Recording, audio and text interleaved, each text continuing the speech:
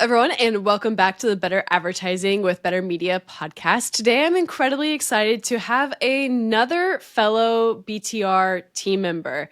So today we have Cal Kildow. Cal, thank you so much for hopping on the podcast. Of course, I'm so excited to be here. I am excited to have you on. I think there's a lot of things that we're going to dive in today. One of those things being incredible results you've recently had for one of our largest clients. But before that, let's dive into just a quick backstory of one, how we know each other. And I want to hear your side of the story of learning Amazon advertising and getting ramped up at BTR. So do you want to tell a little bit of everyone of your kind of background, history, dive into softball a little bit? We can go from there. Absolutely. Yeah, I'll start from the top. So I grew up in the same hometown as Destiny. And I remember we both played basketball, same coach, everything. And I remember going to basketball camps when I was Pee-wee in middle school. And I always looked up to Destiny so much. It was so cool. And definitely just wanted to take after her. And then I I graduated high school. I played softball for the University of Arkansas for 3 years where we won. Put more emphasis on that, Cal. You have such an incredible backstory. You played D1 softball for the University of Arkansas. That is absolutely incredible. Yes, and it was nothing short of spectacular. I mean, we won 2 SEC championships, and to be able to have such an amazing team around me and just make so many connections with people, it was just amazing experience. But so that was incredible. I got my apparel merchandising and product development degree from there and graduated early. And then I still had 1 year left of eligibility. So I transferred to Florida Atlantic to play by the beach and fulfill my dream of living by the beach. And I played for 1 year down there where we also won a conference championship. So what can I say? All you do is win inherently. So I mean, it was a seamless transition to BTR at that point. It was, absolutely. I'm very familiar with winning. But then I graduated from Florida Atlantic with a little bit of grad school experience, and I was trying to find a job, and I was thinking of anyone I knew from Arkansas that lived in South Florida because ultimately I wanted to stay in the sun. And I realized that Destiny lived in West Palm, and I was like, just shot her a message and was like, hey, do you have any openings? I would love to explore something with you guys, and just kind of ran with it from there. You hopped in at peak chaos, I think, because it was in the middle of the rebrand or around the time of the rebrand. I feel like I had just moved down to Florida, and the timing was impeccable. Regardless, I probably would have still wanted to have a conversation if I wasn't here, but I think it worked out really well that I was so close because we were able to meet up in person quite a few times before you made it back to Arkansas. But I think it's been incredible for me because I've been doing nothing but Amazon advertising for almost 7 years now. And I feel like it took me 4 to 5 years to really get ramped up and get comfortable. To be fair, I mean, my prior agency, terrible, and had no training. And I didn't really have that mentorship that I feel like Adam's been able to build out here. So my ramp up time took 4 to 5 years. Mm-hmm. We have had incredible success with people like Cal, and I would say you are an outlier because you have the work ethic and the winning mentality. So you jumped in and, exceptional results so early on. But it's been really cool for me to see how quickly you ramped up in this space. I mean, you are managing brands and accounts that took me years to understand how to communicate to and how to maximize their performance. So for me, I'm like, all right, let's go. What else can we do? Get you on a podcast, get these case studies out there. Cause I'm like, you're going to 10X anything I ever did. So that's been one of the coolest things I think for me to see is just your growth and how quickly you've been able to achieve everything you have. Absolutely. And I think I have to give a testament to the team and just always being so supportive, and any questions I have just coming at me with straight factual, just anything I need, they are there for me. And also just jumping in and not being hesitant and just going for it and not having the confidence. Exactly. And it's not a cockiness. I think that's something that I would probably say comes up when people think of BTR, because I will be on every single podcast and I'm like, who wants to have a slow pitch tournament? Who wants to have a 3v3 basketball tournament? But something that I really appreciate in the culture that we built is it's all highly competitive, whether or not you are a D1 collegiate athlete, which I think over 40% of our team is at this point. It's also humble and just really excited about the industry. And I think that's something that's also helped us curate a little bit of the reputation that we have in this space is you hop in, but you are open to any of the challenges. You don't come in with the mindset of like, I already know what's best here. And that's been really cool to curate and see how it's kind of reflected with the retention rate that we own and the clients and the feedback that we've gotten. It's also about the relationships, not just the results, which we've done an exceptional job, but also maintaining and valuing those relationships with the clients that you have. Absolutely. And I think, yeah, definitely jumping into something brand new. Like, it's like, okay, what can I take from my past experience and utilize those skills to make me better in this space? Absolutely.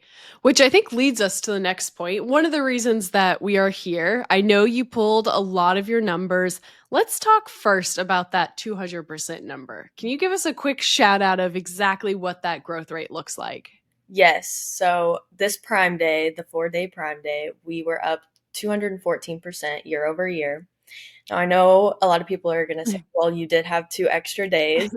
So I would like to combat that with the fact that we are up month over month or year over year for July, 86%. So like month over month, we are just continually growing and just trying to keep that momentum going. I think that's incredible, especially considering the timing. It's been how many months? 6 months, 4 months? Yeah, around a little over 6. A little over 6, which means a lot because the brand that you're managing has how many SKUs do you know on average? It's over 13,000 ASIN. 13,000. That is incredible. Now, it is in the apparel category, which, in my opinion, is one of the more complicated categories because everyone who follows BTR knows that we run a very granular strategy. We do really small things like align the keywords we're targeting with the appropriate creative and the appropriate landing page in your sponsored brand ad. We create ranking campaigns based off market share. That's easy when you have 5 products. Mm-hmm. When you have as many ASINs as you have, you really have to prioritize. And I know this was a bit of a difficulty with Lacoste when we originally onboarded them is, how do you prioritize the SKU line? Can you give us a little insight of how you guys started and looked at that portfolio? Absolutely. So first, we started out by just breaking everything out by category and product. And then we took, I would say to begin with, we took probably the top 30 ASINs that we wanted to prioritize and put spend behind.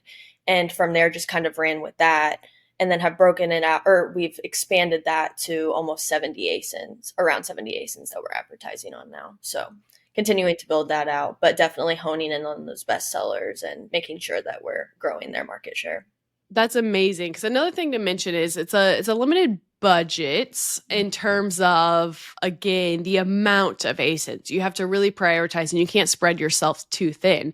So I think a lot of the areas I've seen you all lean really well into is again those best sellers. How do we highlight and promote the things that are working well and improve their positioning on the page? So it's kind of the rising tide lifts all ships situation.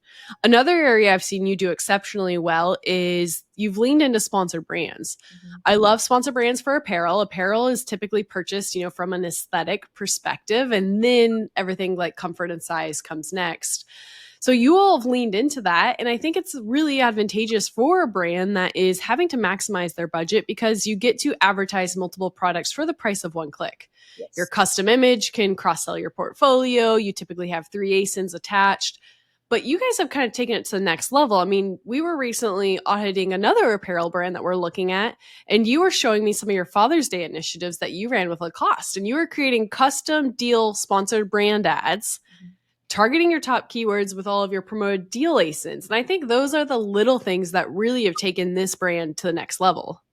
Absolutely. And something to hit on that, on the SBB note, one of our biggest struggles with Lacoste was kind of within the underwear category, like breaking in, because I would like to say that that's probably the most competitive category, apparel category that there is. There's just so many well-known great brands that have a lot of market share. So first of all, we had a lot of video creatives come through from Lacoste over Taylor Zakar, and he, if none of you guys know, he's an American actor, but he is very good looking. So that gave us some great creatives to make these sponsored brand videos and really step into that category and break through. That makes a ton of sense. Being able to lean into that because if you have a fantastic looking model, you're leaning into the scroll stopping aspect of sponsor brands video. Yeah. So I think that is a huge opportunity, not to mention Amazon's doing a lot to expand video on there. And so it gives us a lot more capabilities when we're showing up in multiple placements in the PDP or multiple placements in the middle of search. So being able to kind of prioritize that is important. One of the things I would say is difficult for other apparel brands, maybe not Lacoste that I've seen, is scaling creative across all of their SKUs. And that's an area where you could also lean into AI pretty heavily. Amazon's AI video builder has improved exponentially. So one of the tips that we recommend at BTR in general is use your fantastic professional paid for model for, your top 10% of SKUs. But if you have other SKUs that maybe you haven't or you cannot afford to produce video assets for, lean into that AI and get the videos up and running. And as you see whether or not they perform well, you can scale them up and start adding additional assets on the creative or the videography side. That's kind of a general tip that I would give the audience there. Yeah, absolutely. And I would say we're definitely building those out for, our leather goods and our footwear Mhm. that aren't necessarily getting all the creative attention from Lacoste themselves. Just a lot. Of course, they're prioritizing the textiles, men's and women's, which rightfully so. That is driving a lot.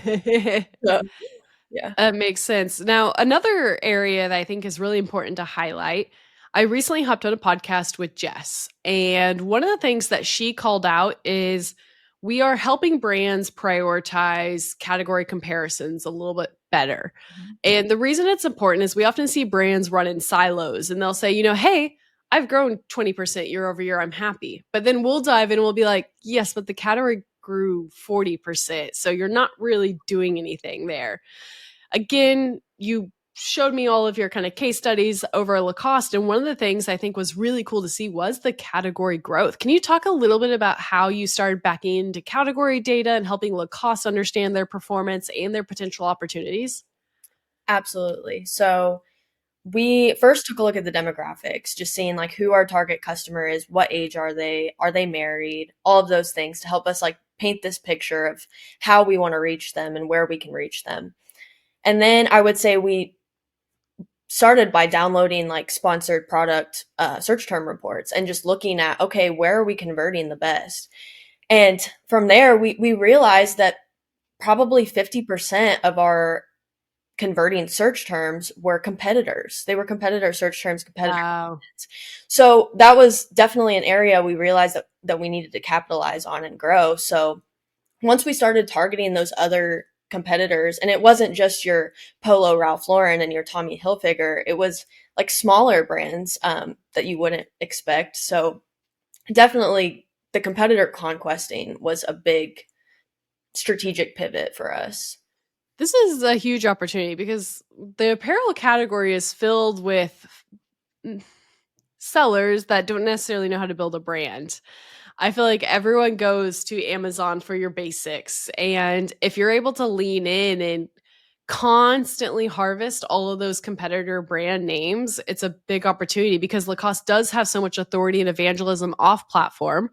They didn't necessarily have the organic ranking in the beginning to, I think, sustain some of that. So you guys were able to go after all of those other brands that maybe a customer thought they were interested in, but then they saw Lacoste and like, actually, I want them more because I know them and I have had proven success in the past with them. So that's a really big opportunity. You also dove into a lot of brand metrics data recently, which I thought was really cool. And you were showing me how search volumes within the category have changed. So you were using a lot of branded search insights to say, hey, when we're spending more here, our brand name is definitely being searched more. And that's a really big opportunity I think a lot of brands miss in the space. Yes, and it's very interesting that you bring up that point because we've decreased branded spend quite a bit, and we're, I think, hovering around like 9% for branded spend. So I think that's just a testament to the awareness tactics that we have been implementing and the category share that we've been building. That's a huge call out. So branded spend on the search side is decreasing, but you guys are driving a lot more on the awareness side. You're leaning into non-branded, which everyone knows is kind of a big part of BTR strategy is how do we improve our positioning on the shelf? Well, we need to improve our organic rank on the page. How do we do that? Well, we need to invest in terms that are driving more volume and converting better than the category. But most simply, in a perfect world, unlimited budget, you cover 100% of your branded spend and 100% of your non-branded spend. But that's not how brands work. The majority of large brands are on set fiscal budgets. So when you're only given a certain percentage, you have to be very strategic around how you deploy that budget. And covering your branded search is fantastic, but the problem is if someone's searching your brand name, they were probably planning on converting anyways. So we typically lean into taking that bet and shifting our budget to be more focused on non-branded, because non-branded spend absolutely is what's going to increase your total revenue and your positioning on the page, which increases your longevity more than anything else. Mm-hmm. So I think that's a huge call out. And you're also able to justify it in this case with branded spend decreased, but branded search increased, because you guys were doing a lot more moving up the funnel, expanding into display, expanding into some of those ad types that maybe are a little bit lower purchase intent, but they're doing a better job of displaying who Lacoste is. Yes, absolutely. And I will say, where our branded spend is going, we're not doing just branded search terms. We're using it to cross promote, and we're really leaning into sponsored brand like product collections to showcase our other products. Maybe they're looking for a polo shirt. Well, hey, here's our Power Court shoe or Carnaby shoe that you might like as well. So That definitely. is a fantastic call out. I think the two big things that we usually see there is your average order value increases when you do that, but you're also driving a little bit more authority in this space, because you're like, not only do we have this, but we have XYZ. So what else do you want? The ad type that she mentioned is product collection. So I think in this scenario, there's two fantastic call outs that we like to lean into is product collection. And product collection is going to allow you to hand select what you're showcasing. So again, Cal is probably very intentionally setting up what products that she thinks are going to cross sell well. I like to look at my store insights and see if there's anything that inherently is being like frequently bought together already. The second thing I like to use in this scenario is a store spotlight ad. So a lot of people are unfamiliar with sponsor brand store spotlight ads, but if you create an ad in this format, it allows you to advertise 3 pages from your store. So let's say Lacoste had their store set up with polos versus shoes versus pants, XYZ. You could actually target a broader keyword set and drive customers to the subpage of your store. Now, where we typically see this fail is if you don't have a good store setup, then customers aren't going to be able to navigate your store spotlight very well. But what Cal's mentioning here is they're kind of controlling that funnel based on what the search term is. What is the intent of the searcher? How can we then lead them down the funnel to purchase more products? So even though their branded spend is branded, it's still working towards them in a probably better fashion than your traditional branded search budget. Yeah, absolutely. And on the like pages, no, or like driving to stores, for Father's Day, and like definitely intend to do this for other seasonal events. But we created a deal or a page that essentially had all of our deal ASINs on it so that they were just automatically going to those products, all the Father's Day deal ASINs. So I love that. Apparel's difficult again because you have so many ASINs and it's so many deals. So if you're able to drive them to their own page, they can kind of maximize seeing all of your products on deal or discount in one quick scroll. Exactly. Just making it easier for the consumer to get to your products. I love it. Is there anything else you feel like we haven't covered well or that you want to shout out with Lacoste or just BTR in general? Off the top of my head. I have something else to add if you don't. Go ahead. I will shout out that the level of granularity you're going with a brand like Lacoste. I mean, you mentioned scraping search term reports to figure out purchase intent in competitors is absolutely incredible. And I want to highlight that is just a testament to your work ethic and how deep we go into these accounts. And thankfully, we do have Nexus, which helps drive a lot of that. Nexus is our internal technology that helps us with keyword harvesting, campaign setup, category research, and things like that. that helps us on the operational efficiency side. But custom creating Father's Day campaigns with Father's Day copy, Father's Day graphics, and Father's Day landing pages, that's just having someone who cares on the account. So I think it's a huge shout out. You've made it sound incredibly easy, especially when they hear your story and, you know, how young you are. But at the end of the day, what you're doing is incredible. And I don't think most brands have that level of dedication on their account. So huge shout out to you, Cal. Thank you. It's definitely been such a blessing, and having an apparel background in college, like what more could I ask for? Brands like Lacoste. So I definitely felt like I needed to put pedal to the metal and just full send into it. So that being said, if any apparel brands are listening to this podcast, follow Cal on LinkedIn. If you're not apparel, you can still follow her. But I recommend following her if you are an apparel brand, and reach out if you have any questions. You know, we're always more than happy to answer questions on LinkedIn or in the comments of this post, this podcast, things like that. I have one final question for you, though. At the next offsite, I believe we're going to have a pool table in Nashville. And I'm going to put you on the spot. If I put you and Dustin in a room for 2 hours, best of 5, who is coming out as the winner? I mean, it has to be me. It has to be me. What else could I say? Sorry, Dustin. Love the competition, but we're gonna have to live this. I need someone on the team to figure out like TikTok and Reels and Shorts, and we're gonna have to get a whiteboard and actually get a full like end of day tally, because I do think Dustin won the last round, right? I think you won one, but he let me know that something happened. So yeah. I think what ended up happening? We were back and forth. I think we played best of 3 and I won that round. And then the next day we did probably like 4 or 5 games. Honestly, we were stuck at the table. Full retreat. But looking forward to it. I have been practicing, so I'm looking forward to it. I love it. I love it. Well, thank you so much for hopping on the podcast, and thank you for being such an incredible addition to the team, Cal. Of course. Thank you so much.